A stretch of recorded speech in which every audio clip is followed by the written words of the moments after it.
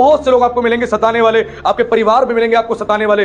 हो सकता है बहुतों की सास सताती है, बात बात पर सताती है, खाना बनाने को लेकर सताती है, छोटी छोटी बात पे कमियों को ढूंढती रहती है, साफ सफाई को लेकर सताती है। आपको पता है कि ये काम आप करोगे बाद में हो सकता है, उसके बावजूद भी आपको सताती है, आपको परेशान करती है, छोटी छोटी बातों पे दुखी करना शुरू कर देती है, आपके ऊपर झूठे एलिगेशंस लगाती है, झूठे आरोप लगाती है। वो सब कुछ सहना है, क्योंकि वो आपको सता रही है, सहना है और अपने आप को परमेश्वर के हाथ में सौंपना है।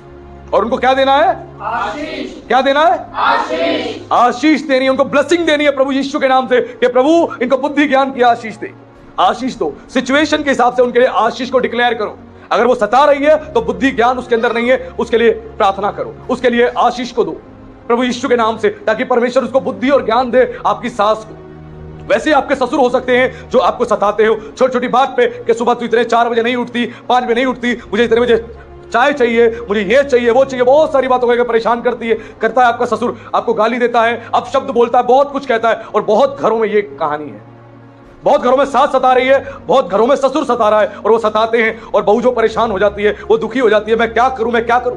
अगर मैं अपने घर वालों को बताऊंगी तो मेरे घर वाले आके लड़ाई करेंगे, वापस मुझे रहना तो यही है, फिर ये और अत्याचार करेंगे और टॉर्चर करेंगे, तो मैं क्या करूं। एक ही तरीका है अपने सताने वालों को आशीष दो।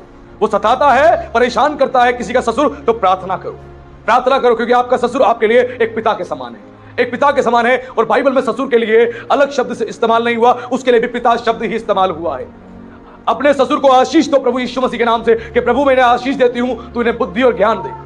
मैं आशीष देती हूं, इनको प्यार से भरा हुआ दिल दे कि इनका दिल बदल जाए, इनका मन बदल जाए। आपको आशीष देनी है। आपको नहीं पता आपके जुबान के शब्द सामर्थ्य रूप से काम करते हैं, सामर्थ्य रूप से आपके जुबान के शब्द। आप किसी को आशीष देते हो, बाइबल कहती है जिस घर में तुम जाओ उस घर के लोगों को आशीष दो।